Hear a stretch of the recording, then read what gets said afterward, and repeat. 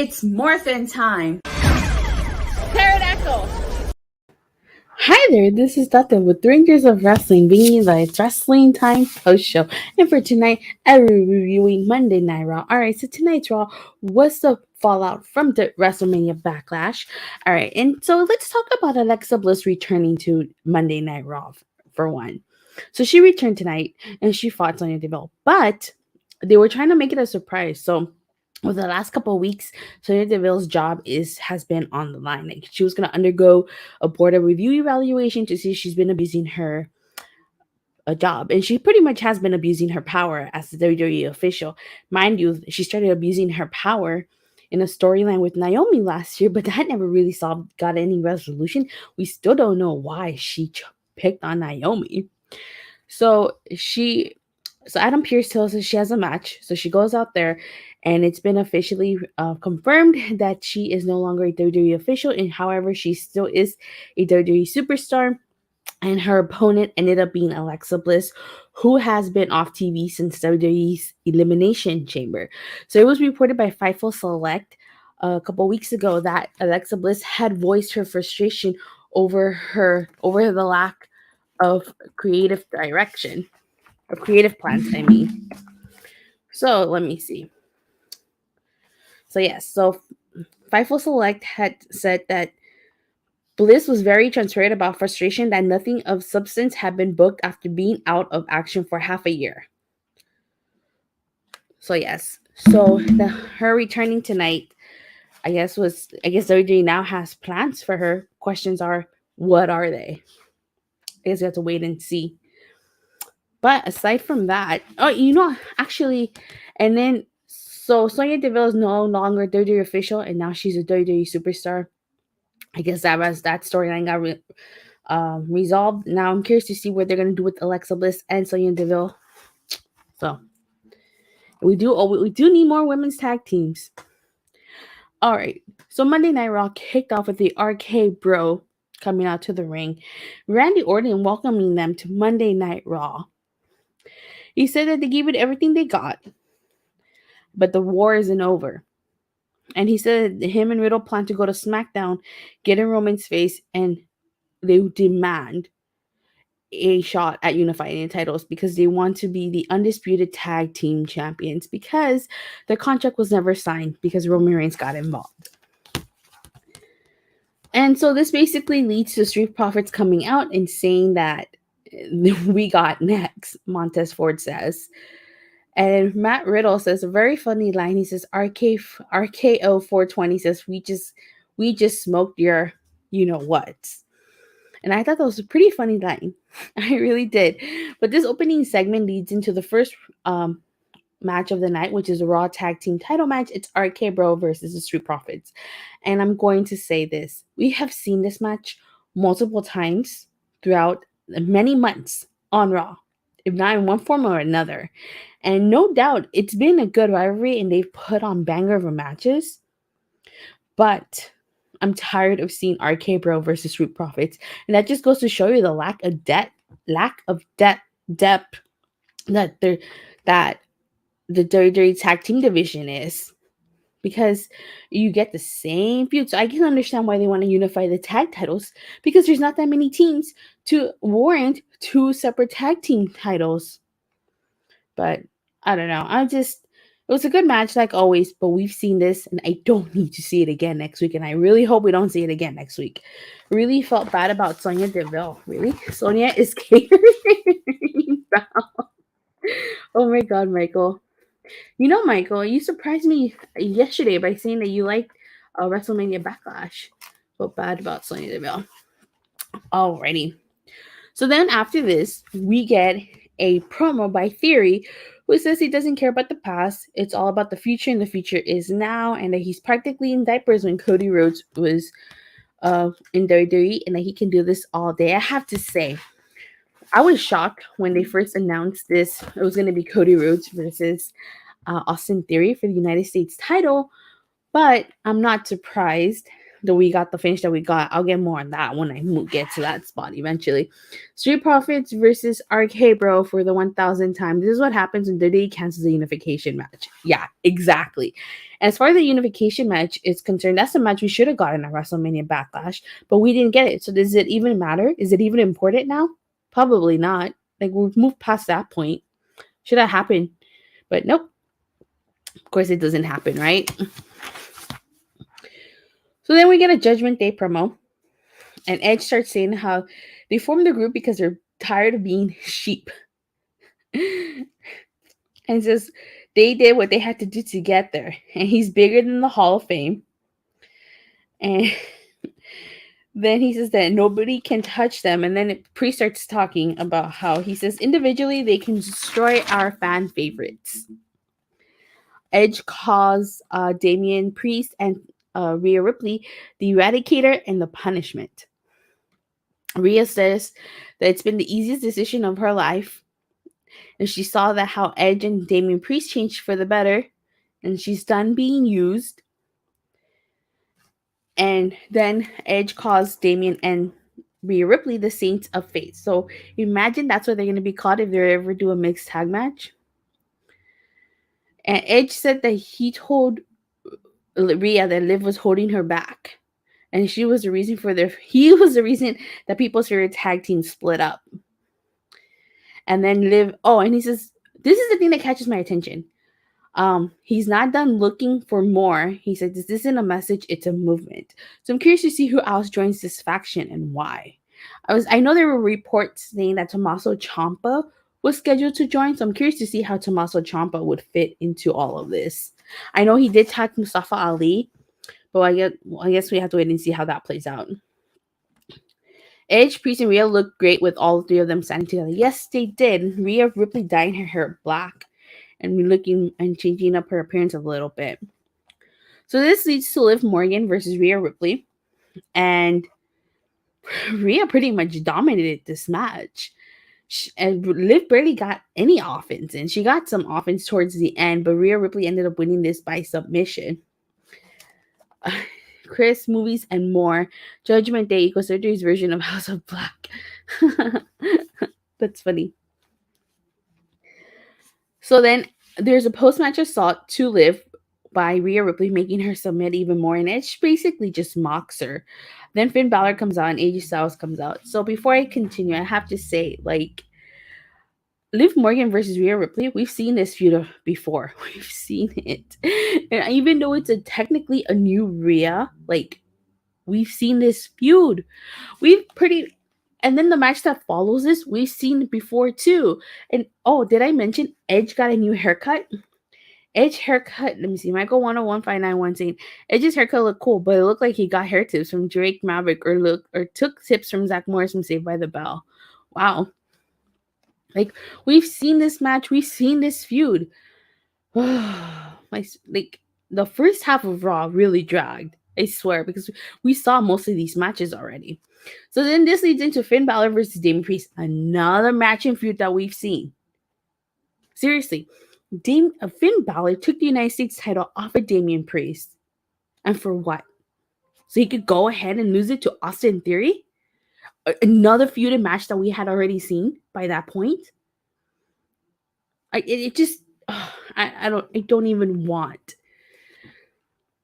Michael 10159 saying his first hour was nothing but rematches. Yeah, it was. Yes, it was. Nothing but rematches. And honestly, like, I tried my best. Really, people. Like, I tried my best to take as many notes as I can, but it was really difficult.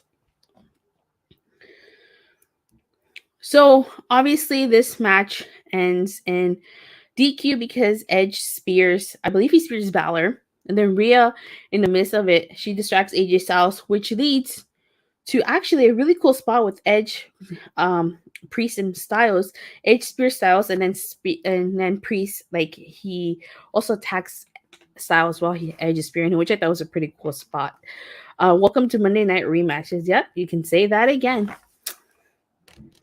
And then we got an MVP lounge with Omos, which was pretty much the same thing that happened last week, right?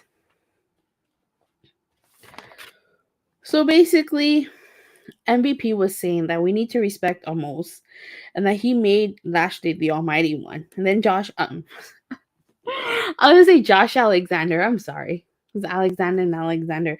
Cedric Alexander interrupts and says that they're gonna smash, that him and Omos could smash everybody that gets in their way.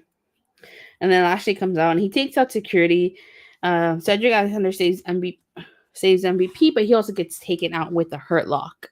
So then later on in the night, this leads to a segment where Bobby Lashley challenges Omos to a steel cage match.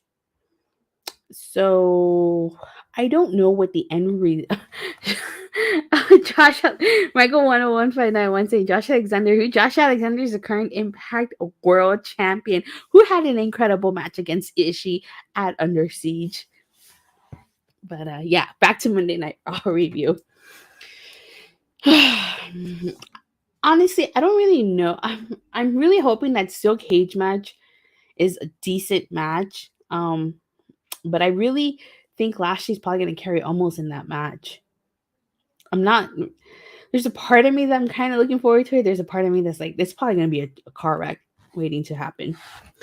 Then after that, it was Sonya Deville versus the returning Alexa Bliss. I talked about this briefly at the start of the match, but just to kind of recap, Alexa Bliss made her return to WWE after many months of hiatus. I did notice something though that I forgot. I don't know if I talked about this. If I did, I forgot. If I didn't, I forgot. She came out to her old theme song. So I guess the goddess is back. But she also came out with holding a lily doll. So half and half, Alexa Bliss maybe?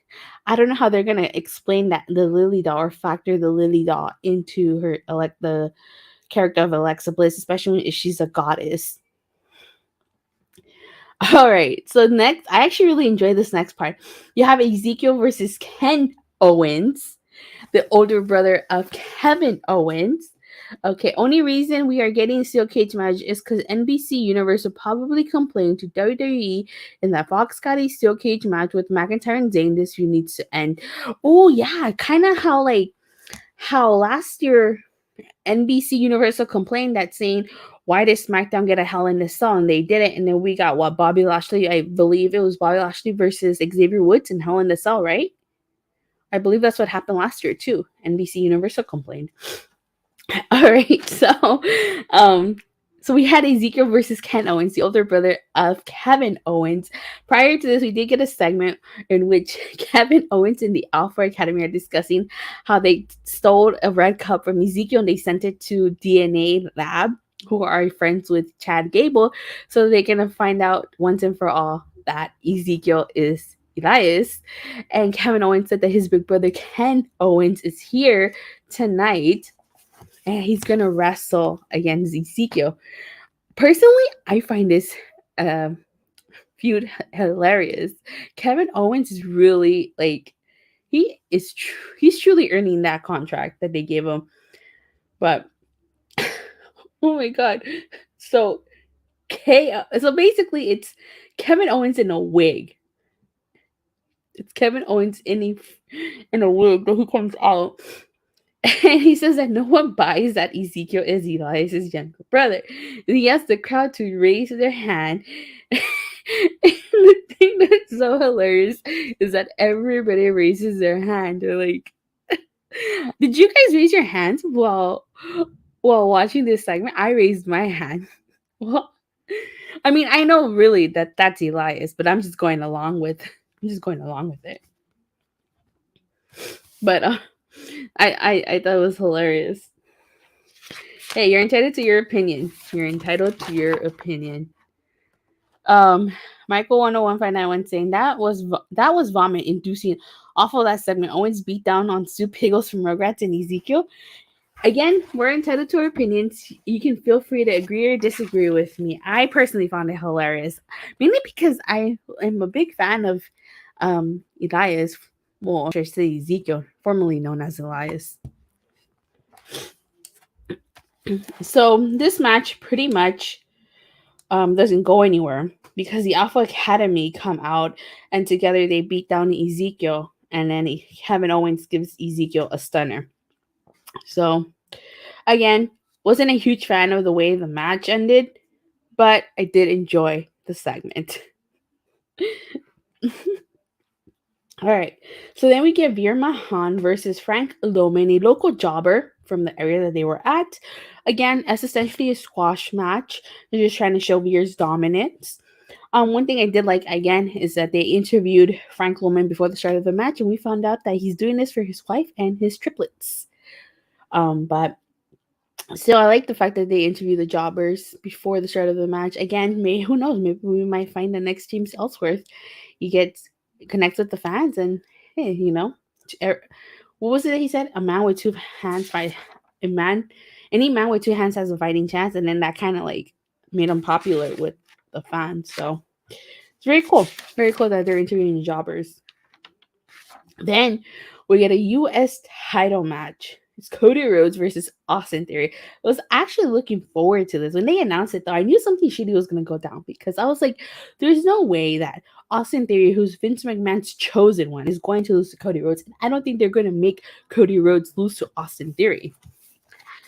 Veer needs competition. Someone on the roster, WWE needs to stop feeding him local jobbers. It's typical, though. Typical. Every time you get a monster heel, it's typical to feed them jobbers until they slowly move on to actual competition. So I guess we just gotta wait until they move on from that. So Theory mimicking, or I should say mocking, Stardust in the middle of the match against Cody. And I actually really Veer versus Ryback, book it, WWE. That would make ratings. Maybe. All right, so I really like that moonsault that Cody did to Austin Theory. Too bad he kicked out. Again, I was not expecting Cody to win this. So Cody Rhodes hits the Cody Cutter. And I knew this was going to happen. Seth Rollins comes out and attacks Cody Rhodes, causing the match to end. So now we all know where this is going. It's probably going to be Cody Rhodes versus Seth freaking Rollins 3 inside of Hell in the Cell. And honestly, I think Cody Rhodes needs to win this feud. He needs to win. It's still too early. This is his first feud, and it's still too early for him to lose. But Seth Rollins curb stomping Cody on the announce table. Let me see. Cody versus Theory for the U.S. title made no sense. Cody did nothing to get into an opportunity for a title, and we all knew it was going to be a DQ finish, pointless match. Actually, commentary was kind of talking about how Cody Rhodes being undefeated since WrestleMania gave him that opportunity, or something along those lines. But yeah, we all knew it was going to be a DQ finish. I knew. I could have told you that.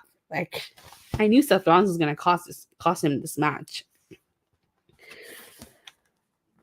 But so that's where it's going to lead to. They had a banger of a match at WrestleMania Backlash. No doubt, if they do have a part 3 inside of Hell in a Cell, it's going to be a banger. But in my opinion, Cody Rhodes needs to win this feud with Seth freaking Rollins. Then we had Sasha Banks and Naomi versus Doudrop and Nikki ASH. So kind of a meaningless match to me. Of course, Sasha Banks and Naomi win, and then Doudrop yells at Nikki ASH to kind of take things seriously. So I guess this is going to be a continuous pattern until Nikki ASH probably reverts back to her old gimmick. I'm assuming that's what this might lead to. And then, but hey, you know what? We need women's tag teams. I wish it would be no DQ finishes tonight. Yeah, well, we got plenty of them. And then we had the Miz, and it was it's Ciampa versus Mustafa Ali with the Miz as special guest referee. I'm not surprised things played out the way they did in this match. Okay, so of course, the Miz was a biased referee. He slow counted for Ali. He took advantage of his position as a referee to screw Ali out of this. And I wonder, what the hell did the WWE tell Mustafa Ali to make him come back? This is the fact that Ciampa won because the Miz was special guest referee and fouls counted. WWE, I feel like they're just punishing Mustafa Ali. They're punishing him because he requested his release, because he got into an argument with Vince McMahon. And it took them long, to get him to come back. So this is my opinion. They're punishing him. And let me see. Michael 101591 says Mustafa Ali needs to walk out. I do. He needs to walk out. They're not going to release him. They're not going to let him go. They're basically going to hold him hostage. And it wouldn't surprise me is after his contract is up, they extend it just to keep him around. So I felt bad for Mustafa. Like last week, he loses in a 2-on-1 handicap match against The Miz and Austin Theory. And now this week, he loses to Tommaso Ciampa, who had been attacking him since he came back. All because The Miz, a special guest referee. What's next? Well, how do you guys think they're going to humiliate Mustafa Ali next week? What more can they do to humiliate Mustafa Ali? Seriously, what more? I really do hope his name is on the next. I don't think so. WWE is very petty. They're not going to let Mustafa Ali go like that. They're not. But no, seriously, tell me, how do you guys think they're going to humiliate Mustafa Ali next? Or they're going to make him lose in a matter of seconds? The only thing I can think of that can be completely humiliating was if they feed Mustafa Ali to Veer and they have Veer squish him in a matter of seconds. So in the main event, we have a championship contenders match. It's Asuka versus Bianca Belair, and Becky Lynch is on commentary, so you can see where this is going. I was actually looking forward to this match, but when I saw my clock and I saw that there was only 4 minutes left in this match, I was like, oh, I know exactly how this match is going to go down, and it went exactly how it was going to go down. So it was a good match. But of course, typical WWE, Becky Lynch gets involved in this match. She attacks Bianca Belair, sends her crashing into the steel steps, and then she gives Asuka the manhandle slam. And that is how Monday Night Raw ends. Yeah, of course, I saw that coming a mile away. Let's see. Mustafa, Chris, Movies and More. Mustafa versus Omos and Veer in a handicap match. They will probably have him cut his hair. Ooh. They will make him lose to The Miz next. Maybe. All good choices, you guys. All good choices. But really, like, the first hour of Raw was nothing but repeat matches. Matches that we've seen before. Michael 101, 591, 1 out of 10. A night of rematches, 3 DQs, and awful coming off a decent fun show at WrestleMania Backlash. I do agree with you. Tonight's show was a snooze fest. It really was. There was nothing aside, well, at least for me, aside from the KO and Ezekiel stuff that caught my attention, that really made me say, oh my god, like I need to tune in next week. Like, no, not really. Like, rematch after rematch after rematch from feuds that we have seen. Snore inducing. I give it a 2 out of 10. I honestly, like, Roman Reigns is the WWE Undisputed Universal Champion, and he wasn't even on Monday Night Raw. He wasn't even on the Raw. And you would think he would have to show up on both shows, but no, he doesn't. And with the fact that there's being reported that he signed a new contract where he's going to work less dates, he probably won't even show up on Raw half the time anymore unless he's promoting a match like they did last week. Michael 101591 saying SmackDown will be worse than hell. Yeah, definitely with 10 times worse than Raw. But you know what? I had to, out of 10, this is nowhere near being a Ty Dillinger. This is nowhere near being a perfect 10. I'm giving this Raw a 4 out of 10. I'm being generous and giving it a 4 out of 10. Because you didn't miss anything. Honestly, you don't even have to sit through 3 hours of Raw to find out what happened. But with that being said, I do apologize for like not live streaming all last week. I don't know if you guys can hear it, but do I sound kind of does my voice sound weird? Because I'm still recovering from being sick. You know, the show was a 0, more like a negative 10 out of 10. But with that being said, thank you guys all so much for watching and for your continuous support. Please don't forget to like and subscribe, and make sure you hit that bell so you get notified whenever I go live or release a new video. And I will see you guys on Wednesday after AEW Dynamite. Bye.